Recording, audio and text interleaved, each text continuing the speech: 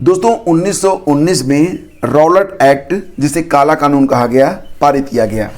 इस कानून के तहत बिना किसी अपराध के, बिना किसी सबूत, बिना किसी गवाह के किसी भी व्यक्ति को पुलिस चाहे तो गिरफ्तार कर सकती थी। तो इस कानून का भारतीयों ने जमकर विरोध किया।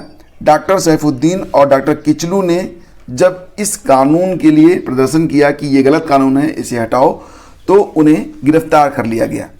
अपने नेता की रिहाई के लिए और इस कानून का विरोध करने के लिए 13 अप्रैल 1919 को पंजाब के जलियांवाला बाग में एक शांतिपूर्ण सभा की गई।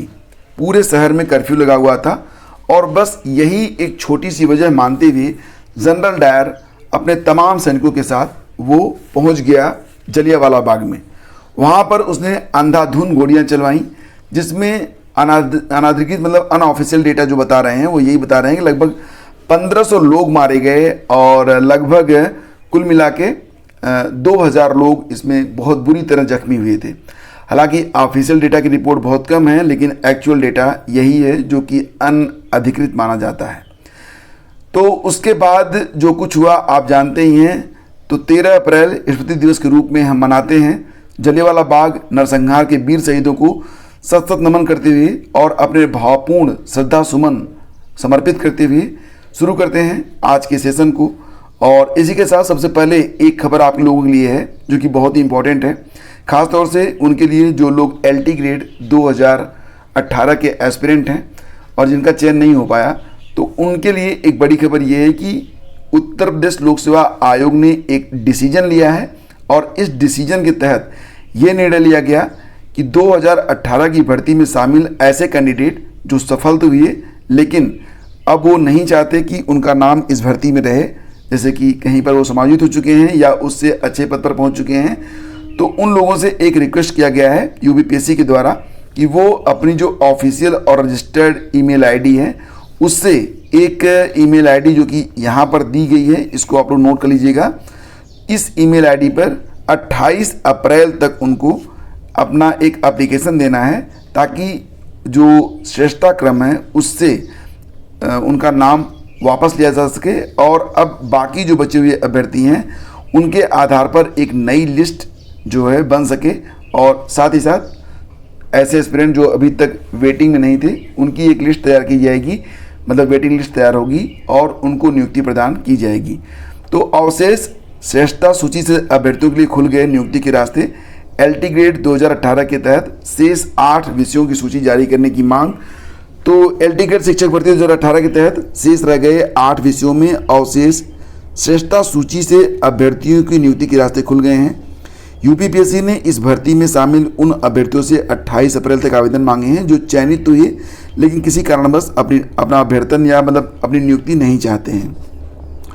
तो फिलहाल इसके लिए अभ्यर्थी जो थे वो काफ़ी लंबे समय से यहाँ पर प्रदर्शन कर रहे थे और अब UPSC के द्वारा ये स्वागत योग्य एक कदम उठाया गया है। और अभ्यर्थियों ने कहा था कि बहुत सारे लोग ऐसे थे जो इंटरव्यू के लिए कॉल तो किए गए लेकिन वो इंटरव्यू में आए नहीं, तो उनकी लिस्ट भी मतलब उनको भी रिक्त पद मानते हुए नई लिस्ट में ऐसे एस्पिरेंट को जगह दी जानी चाहिए जो कि सेकेंड वेटिंग लिस्ट में अपनी जगह बनाते हैं। तो सामाजिक विज्ञान, अंग्रेजी, हिंदी समेत 8 विषयों में बड़ी संख्या में पद रिक्त हैं। आयोग पूर्व की भांति इन विषयों में रिक्त रह गई सीटों के मुकाबले अवशेष श्रेष्ठता सूची जारी करते हुए अन्य अभ्यर्थियों को मौका देगा। तो आयोग के अनुसचिव धर्मेंद्र कुमार त्रिपाठी की ओर से जारी विज्ञप्ति के अनुसार LT ग्रेड शिक्षक भर्ती 2018 में कुछ अनभरी रिक्तियों को समेकित योग्यता सूची से श्रेष्ठानुसार भरे जाने के संबंध में आयोग विचार कर रहा है। ऐसे में जो अभ्यर्थी चयनित हो चुके हैं और किसी कारणवश LT ग्रेड शिक्षक भर्ती 2018 में अभ्यर्थन नहीं रखना चाहते हैं, वे अपना अभ्यर्थन निरस्त करने या वापस लेने के लिए जो प्रक्रिया मैंने आपको बताई थी उसी प्रक्रिया के तहत 28 अप्रैल तक अपना आवेदन कर सकते हैं। तो ये एक वाकई बहुत ही अच्छी बात है और यहाँ पर मैं यही कहूँगा कि जो भी एस्पिरेंट संबंधित हैं उनको ये ईमेल ज़रूर कर देना चाहिए ताकि कुछ लोगों का भला हो सके। इसका आशीर्वाद आपको ज़रूर मिलेगा। UGC नेट 2023 का आज रिजल्ट आने वाला है।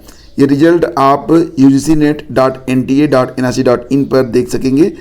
तो ये रिजल्ट जैसे जारी होता है तो उसके बारे में मैं आपको जानकारी अपने ट्विटर हैंडल या टेलीग्राम चैनल पर उपलब्ध करा दूंगा। ट्विटर स्टडी विद ज्ञान प्रकाश या टेलीग्राम स्टडी विद ज्ञान प्रकाश को अगर आपने ज्वाइन नहीं किया फ्रेंड्स तो अभी जाके ज्वाइन कर लें, ये आपके लिए निहायत ही ज़रूरी है। और बात करते हैं 69,000 शिक्षक भर्ती के बारे में। तो 1 अंक वाला जो विवाद था उस पर हाई कोर्ट ने मतलब कि ये कहा था कि इलाहाबाद हाई कोर्ट की लखनऊ पीठ ने बेसिक शिक्षा के प्रमुख सचिव दीपक कुमार और अन्य पक्षकारों से रिट कोर्ट के 20 दिसंबर 2021 के फैसले के तहत प्रस्तावित कार्रवाई की प्रक्रिया का ब्यौरा मांगा था, जो कि अभी तक उपलब्ध नहीं कराया गया। तो 1 सप्ताह का समय देते हुए कहा गया कि 1 सप्ताह में सारी अपडेट हाई कोर्ट को प्रोवाइड करनी चाहिए ताकि इस पर अगला डिसीजन हाई कोर्ट ले सके। और यूपीपीएससी की परीक्षाओं के लिए 1.89 लाख ने कराया है पंजीकरण। तो यहाँ पर बात ओटीआर की हो रही है। अगर आपने अभी तक यूपीपीएससी की ऑफिशियल वेबसाइट पर ओटीआर को नहीं किया है तो फ्रेंड्स अभी जाके पूरा कर लें, आपके लिए ये बहुत ही निहायत ज़रूरी कदम है। भर्ती परीक्षाओं में शामिल होने के लिए 1 अप्रैल से अनिवार्य हो चुका है ओटीआर, यानी कि 1 अप्रैल के बाद जो भी वैकेंसी जाएंगी तो उसमें आपका ओटीआर नंबर मस्ट होगा। और देखो ओटीआर आपके लिए ज़रूरी भी है, हालांकि इसका जब आप फॉर्म भरते हैं उसके लगभग 2-4 दिन बाद ही आपको ओटीआर मिलता है। तो ऐसी कंडीशन में अगर आपका ओटीआर कंप्लीट रहेगा तो आप तुरंत ही अपना आवेदन कर पाएंगे। तो मतलब कि ओटीआर आप लोग अपना कर दीजिए। अभी तक कुल मिला के लगभग 1,90,000 मान लीजिए अभ्यर्थियों को केवल ओटीआर मिल चुका है।